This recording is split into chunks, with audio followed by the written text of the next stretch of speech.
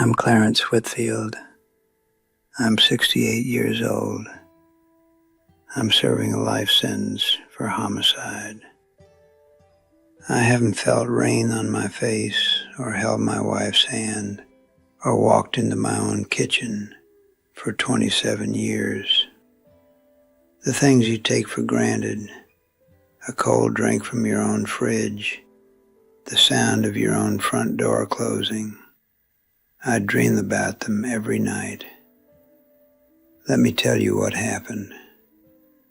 It was a Friday night in 1998. Hot, humid.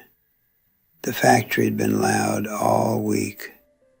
I came home tired, my head pounding. You see, I was an assembler.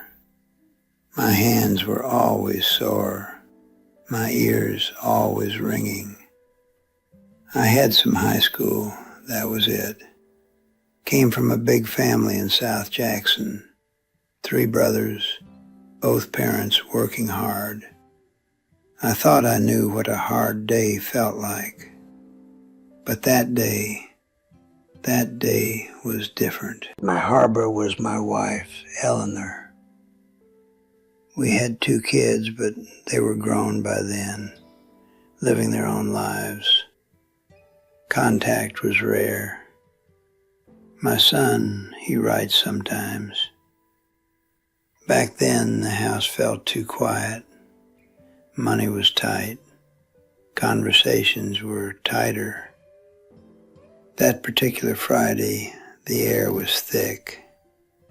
I drove home from the plant, my temples pounding. I was a powder keg, and I didn't even know it. I walked in. Eleanor was at the kitchen sink. The bills were spread on the table. We started talking. It turned into an argument. Same old song. Money. Listening. Not being heard. The words weren't new, but that night they had barbs. My tiredness turned into a sharp, hot wire in my chest. She turned her back to me, just turned away at that sink, and something in me snapped. I remember the exact curve of her shoulder. She said, "You never listen, Clarence." And I saw red. It was a physical thing, a white hot spike driving up through my gut into my skull. All I wanted was for the noise, her voice, my thoughts, all of it to just stop. I didn't think, I acted.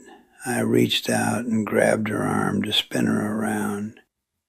She jerked her arm away, and then she looked at me, not angry, not sad, afraid.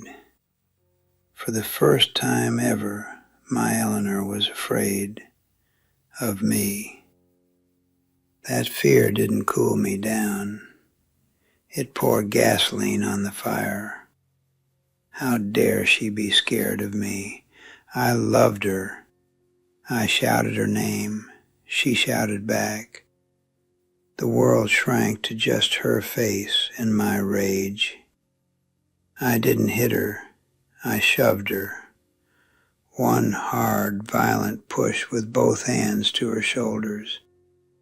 I just needed space, needed to win the moment, needed her to get out of my face. It was a single, terrible, unthinking act of force. My anger did it. My hands just followed orders. She stumbled back. Her feet got tangled. Time didn't slow down, it just happened. She fell. The sound her head made on the corner of the countertop. It wasn't loud. It was a dull, final thud. Then silence. Absolute, ringing silence. The argument was over. I stood there, The rage was gone, evaporated, replaced by a cold void. Then I saw the blood.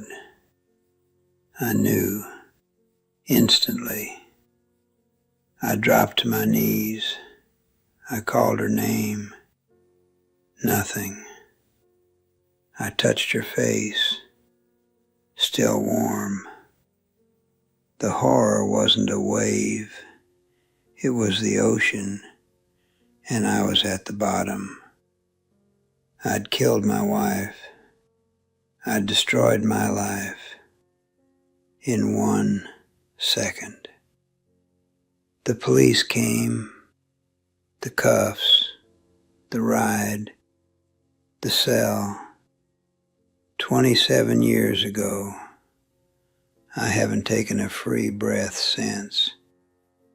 They call it a domestic incident resulting in death.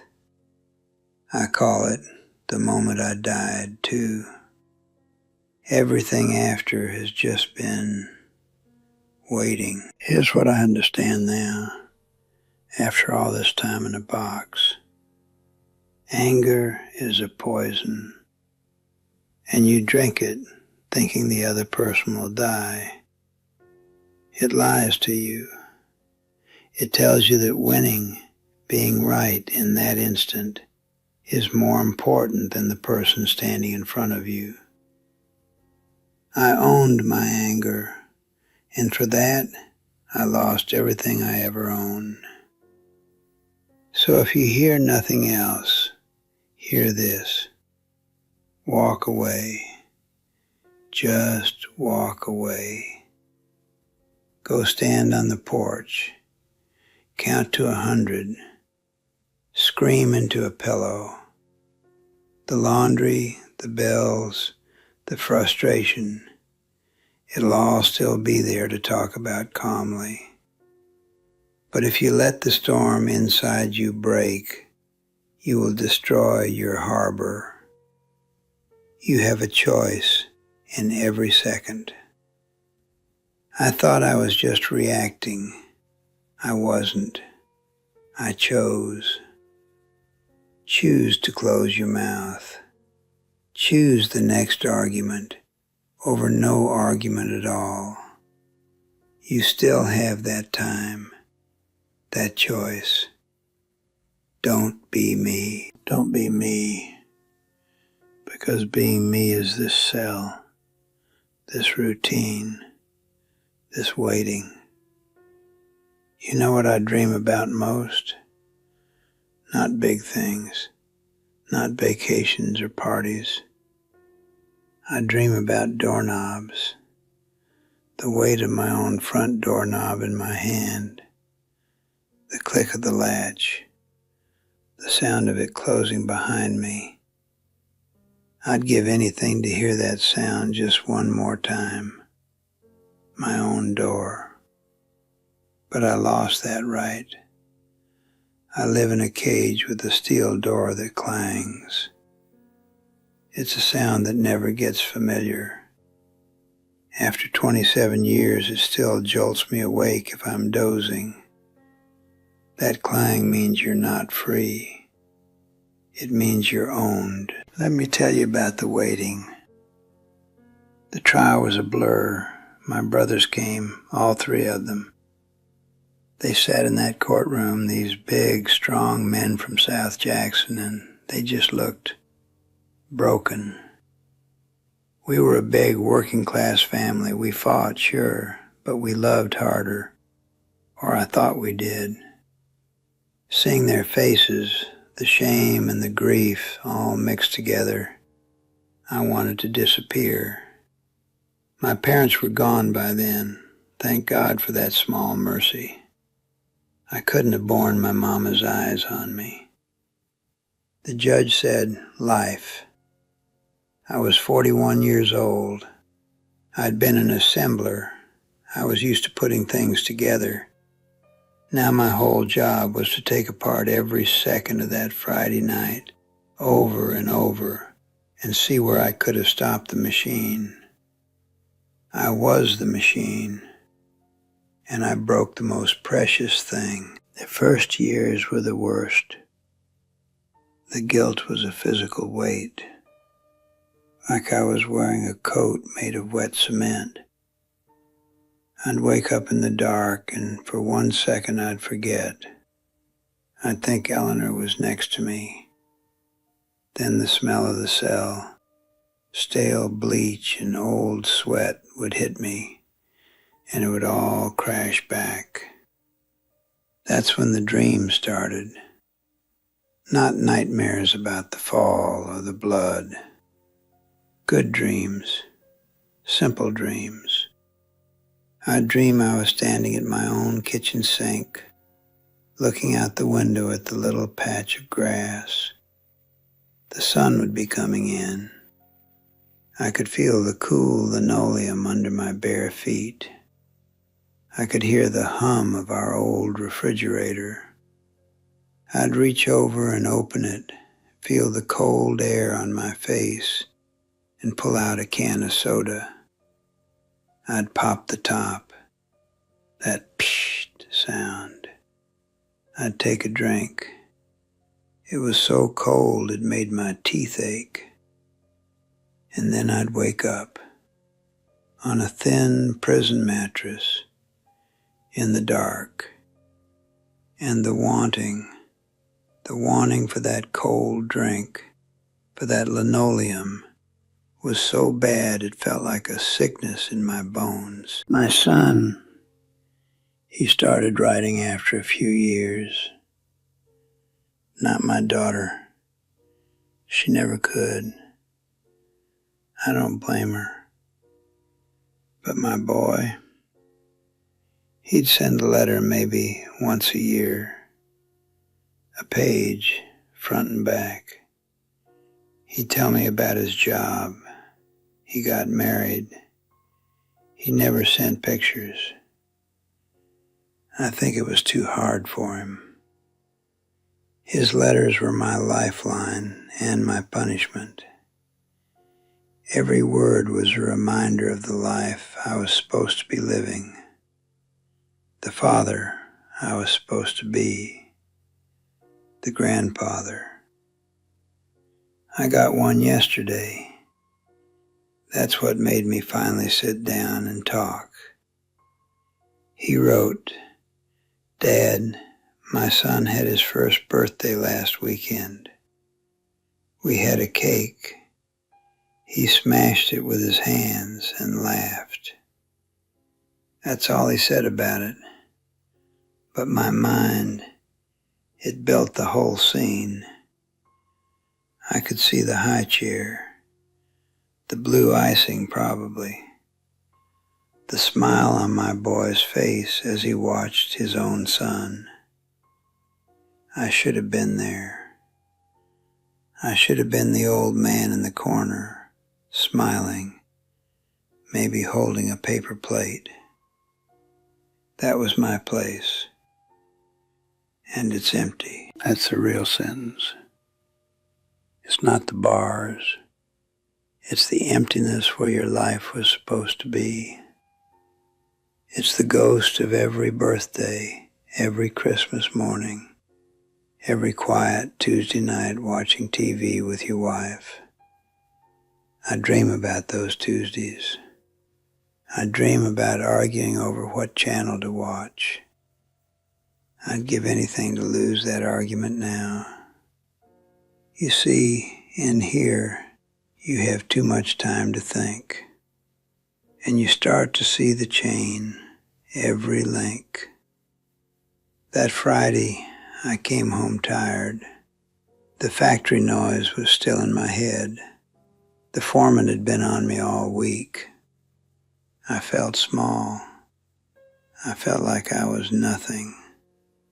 So when Eleanor started in about the bills, it felt like she was saying I was nothing too, that I wasn't providing, that I wasn't enough. My anger, it wasn't really at her. It was at everything, at the whole world that made me feel small. But she was the only one there, so she got all of it. That's the poison. You save up all your hurt and your fear and your feeling of being less than, and you pour it all out on the person closest to you because you think they can take it. You think they have to take it. You think, this is my wife, she sees me, she should understand. But no one can understand that much poison. No one should have to. I didn't know that then. I thought a marriage was about owning your feelings together, the good and the bad. I was wrong. It's about protecting the other person from your worst self. It's about saying, I am so angry right now, but it's not about you. Let me go cool off. I never learned that. My daddy never taught me that. He taught me to work hard. He taught me to provide. He never taught me how to put a storm inside me to sleep without wrecking the house. So I wrecked it. I wrecked the whole house. And I've been living in the rubble ever since. The worst part wasn't the trial. It wasn't even the first night in the cell. It was the first time I really understood what life meant. It was about 5 years in. I was in the yard. It was fall. A leaf, one of those brown, crispy ones, blew over the fence and landed at my feet. I picked it up. I just stood there holding this dead leaf from a tree I couldn't see, and it hit me. I would never rake my own yard again. I would never smell leaf smoke in the fall. That simple, stupid thing. It broke me. I stood there in that concrete yard with tears running down my face, holding a leaf. The other men looked away. They understood. You see and hear. You mark time by what you miss. The big things first, then the small ones, and then the tiny ones. The tiny ones are the killers. The feel of a cotton towel fresh from the dryer. The sound of a key scratching in a lock before it turns. The weight of a dog's head on your lap. I haven't touched a dog in 27 years. I'd dream about the neighbor's old hound dog, Buster, who'd wander into our yard. I'd scratch his ears. That's it. That's the whole dream. My brothers stopped coming. I don't blame them. It was too hard. The last time I saw my youngest brother, Ray, he visited. We sat at the table with the glass between us. He looked older, tired. We talked about nothing for 10 minutes. Then he got quiet. He looked down at his hands, those big working man's hands just like mine, and he said, Clarence, why? Just why? He wasn't angry. He was confused, heartbroken. He said, Mama and Daddy raised us better. We saw Daddy get mad. We saw him get frustrated. But he never laid a hand on her. Never. He looked at me, waiting for an answer that made sense. I didn't have one. I still don't. All I could say was, I don't know, Ray. I just don't know.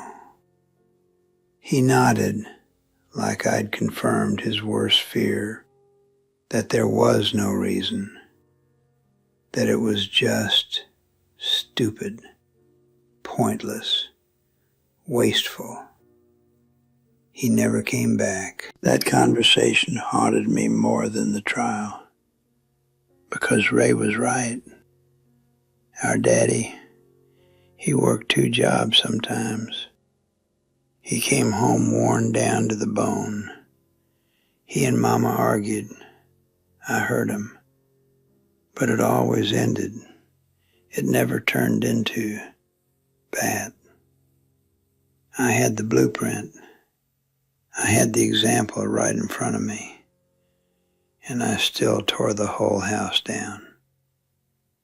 The letters from my son, they changed over the years. The early ones were stiff, just facts. Then, maybe 10 years ago, he wrote something different. He said he was going to be a father. He said, I'm scared, Dad. I don't want to mess this up. That letter, I read it 100 times. I wanted to write back a book. I wanted to tell him everything I'd learned. But what could I say? I was the worst example in the world. All I wrote was, you'll be a good father. Just walk away when you're mad. Just walk away. I don't know if it meant anything to him, but yesterday's letter, the one about the birthday cake, that did something to me. I was in my cell after mail call. I read that line about the smashed cake and the laughter. And I didn't just see the party. I saw the cleanup.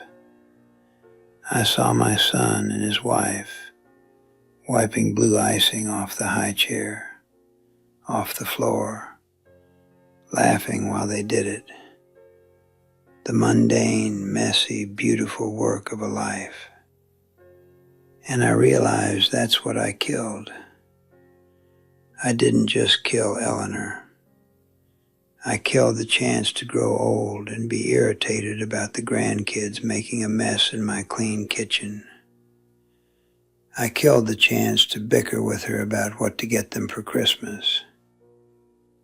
I killed the quiet companionship of sitting on a porch swing together, not talking, just watching the evening come on. I traded all of those tomorrows for one hot moment of being right. That's a real gut punch. It's so stupid. It's so small. The argument was about a past due notice on the water bill. $74.16. I looked at the police report later. That's what was on the table. For $74 and a feeling of not being listened to, I threw away a lifetime. I threw away my chance to be a grandfather. I threw away my son's chance to have a father at his wedding. I threw away my brother's brother for nothing. I sat on my bunk with that letter in my hand and I cried. Not a loud cry. The kind where you can't breathe right. The kind that's just a dry, heaving ache in your chest. Because I finally saw the chain all the way to the end. My anger that night didn't just take Eleanor. It took me from everyone who ever loved me.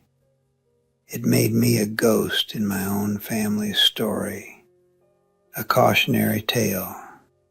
The uncle in prison. The grandfather who isn't there. And the thing is, I know Eleanor would have forgiven me. For the argument, for the shove, for all of it. She had that kind of heart. That's what kills me most. If she had lived, she would have stayed. We would have worked through it. Maybe gone to counseling. Maybe gotten better. I know that. But I didn't give her the chance. I didn't give us the chance. I took the one person who would have stood by me through anything. and I erased her because I couldn't handle a moment of feeling small. So this is the rubble. This is the life sentence. It's not just being in this cell. It's knowing with absolute clarity that every good thing you ever had is gone because of one choice you made. And the dreams, they don't stop. They get more vivid. Last night, I dreamed I was putting ice in a glass. Just that. The clink of the cubes. The cold sweat on the outside of the glass. I woke up with my hand curled like I was holding it. My hand was empty. That's the cost. That's the full, final price of the poison. You spend the rest of your life thirsty, dreaming of a glass of water you can never drink. That's the full, final price of the poison. You spend the rest of your life thirsty, dreaming of a glass of water you can never drink. Here's what I understand now, after 27 years of this thirst. It's so simple it's stupid. You don't own the people you love. You're their keeper for a little while. My mistake was thinking Eleanor was mine to command, mine to make listen, mine to force into seeing things my way. I treated her like she was part of the problem I was having with my own life. She wasn't. She was the only good solution I had. I was a factory assembler. My whole job was to force parts together so they fit. Make this piece match that one. Apply pressure until it clicks. I brought that home. I thought if I could just make Eleanor see, make her understand my frustration, apply enough pressure with my words, my anger, my hands, we'd click, we'd fit. But people aren't parts, and love isn't an assembly line. You can't force a fit without breaking something. I broke everything. So here's my lesson, earned in the hardest currency there is, time you can never get back. Anger is a temporary feeling. The damage it does is permanent. It lies to you. It tells you the most important thing in the world is expressing it, right now, winning this moment. It's a liar. The most important thing is the person in front of you. The argument will wait. The feeling will pass. The person might not survive you giving in to it. I look at my hands now. These old, spotted hands. They assembled thousands of things. And they destroyed the one thing that mattered. They shoved my wife. I gave an order in my heart, make this stop, and my hands obeyed. I was the boss of my own destruction. You are the boss of yours. In that hot second when the world turns red, you have to give a different order. You have to tell your hands, open the door. Tell your feet, walk. Tell your mouth, shut. Don't be like I was. Don't think, I would never shove her. I would never hit him. That's what I thought, right up until I did. You don't know what you're capable of until the poison is in your veins. So don't drink it. Walk away from the bottle. The bottle is that circular argument, that rising tone, that feeling of being cornered, just step outside. Literally. Go stand on the porch, the sidewalk, the grass. Breathe air that isn't filled with the heat of your own anger. Look at the sky. Remember that the world is bigger than this kitchen, this bill, this moment of pride. You have a choice. I screamed at myself for years that I didn't, that it just happened.